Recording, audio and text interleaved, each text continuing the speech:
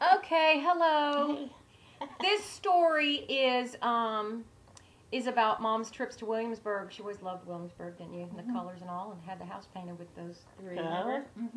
But this story is about my elementary school years because I was not a good student.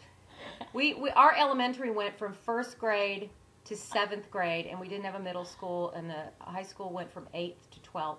I don't know what grade this was, but I'm guessing it was like 6th or 7th. 6th or 7th. And I was like failing history, and I didn't bring home my history book. So, what did you do to try and help me?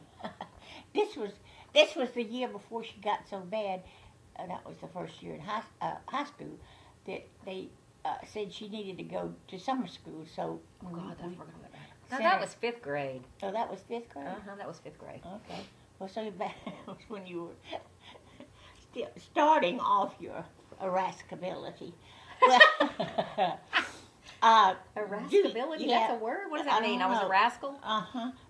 Julia would not bring, she didn't bring her book home. She much less studied anything, you know. And I got Nancy to bring me a book, and we went over Nancy was my friend. We went over Williamsburg from cover to cover because, by God, she wasn't going to fail.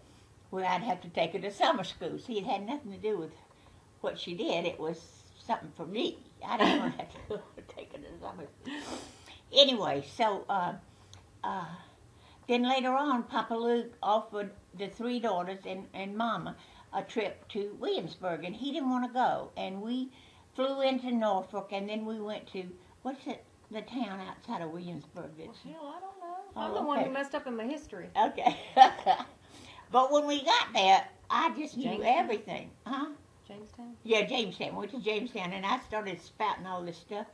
And my sister Gay, she said to me, she said, well, how do you know all that, Pinky? And I said, I've been studying it all year. It's American history. For Julia. Yeah. That's how I know everything.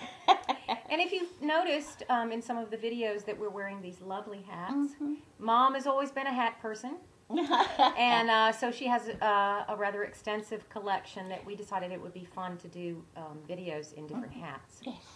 So, mine is a coolie hat. A coolie hat? And yours is a Chinese coolie. And yours is a 1920s. Oh. A beret. It's lovely. Blue silk. I don't know where I got this hat. Okay, but what did you say this one's called? It's a cloche. I'm wearing a cloche. I'm going for my 1920s look. I feel like thoroughly modern Millie. Yeah, that's it, thoroughly modern Millie. Yes, and mine's a cowboy hat of some kind. It doesn't look like it. This No. reminds me of the hat that Stockard Channing wore in Practical Magic, and it was big, had a big wide brim, and it dipped down really low in the front. Loved it. Okay, so we've got some stories from where were you in nursing school? One time, back then, the Cold War was on, and there were lots of sailors from Mobile that came to New Orleans. And when one of the students would get a date with one of the sailors, then he'd say he had 4 friends, and they'd get 4 more people, you know, to go with them. All right, they had me set up on this blind date, and I didn't want to go at all. I didn't want to go. And so I said, you know, I don't feel real good.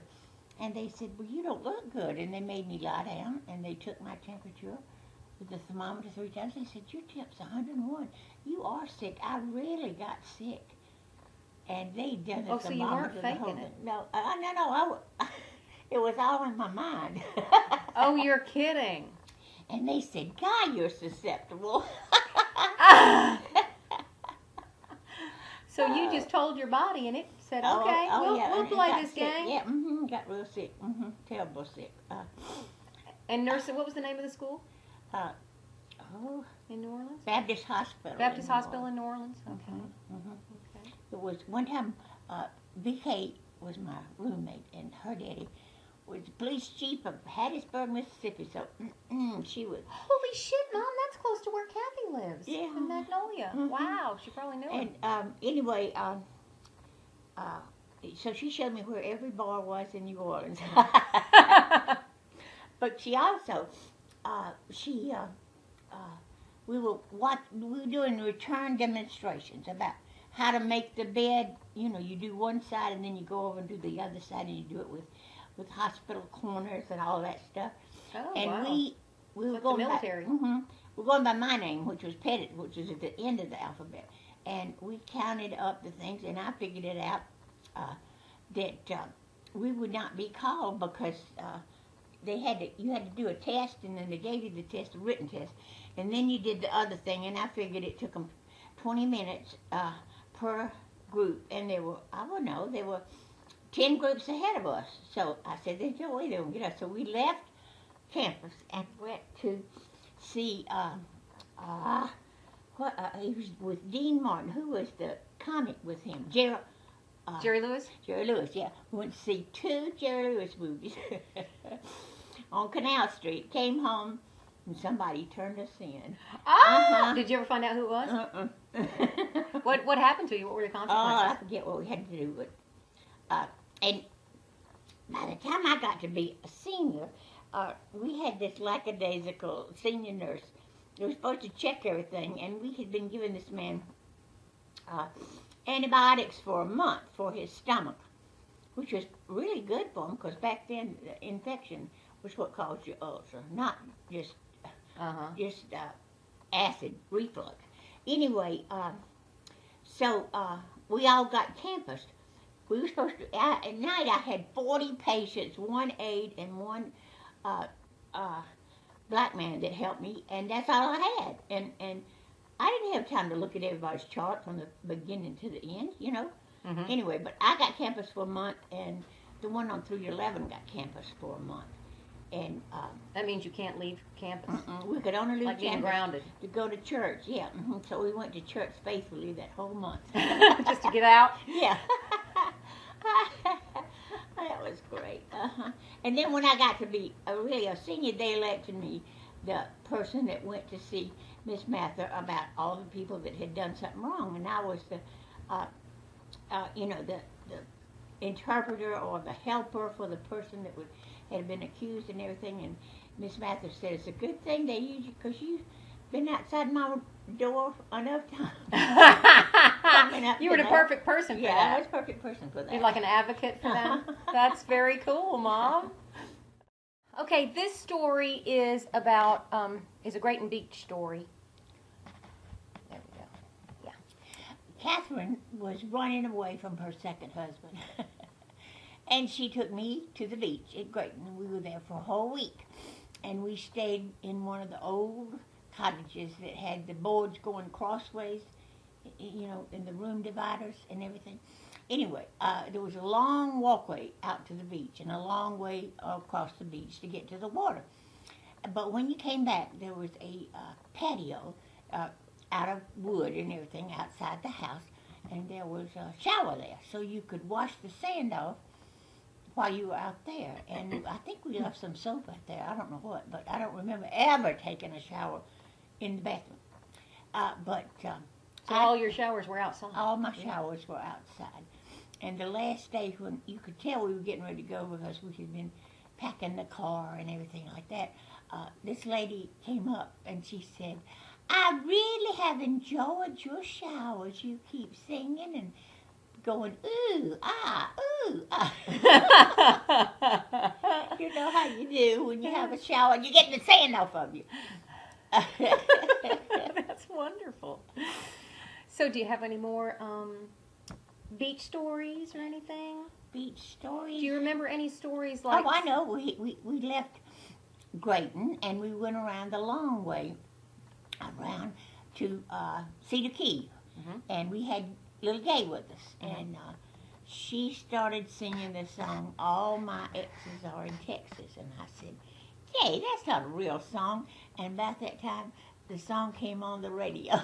That's right, because we were living in Chattanooga at the time. Yeah, so she knew her country. She knew her country, yeah. Mom says we look like we've been in a hurricane. This is her purple feather boa. And this is like a squished beach hat that's made out of mesh. And hers is a wonderful wiry pinky hat. It's got wire in it, so you can shape it any way you want, which is fun. Any way you want. So the title of this one is Doctor's Visit because Mom has a wonderful story that would almost, you'd think that will never happen in real life. Well, it did. Okay. Uh, when you go to the oncologist, the thing that you have to understand is patience. Patience, patience. You have to sit and wait, sit and wait, sit and wait. And you see the other people going through worse things than you are, and you think, oh, well, I'm okay. I'm okay. I'm okay. And but you have to sit and wait. Well, I was sitting outside in the waiting room, and there was this impatient man, and I guess, I don't know, he's 65, 67, but a big man, almost big as Lewis. Okay, he had on big old shorts like they wear now. The knee, the bottom of the shorts come almost below their kneecap, and they're big and white, and they were black, and had on a white shirt. And he said to the receptionist, he said, "Can't you just call him? Tell him to come on over here. It's time for him to see me."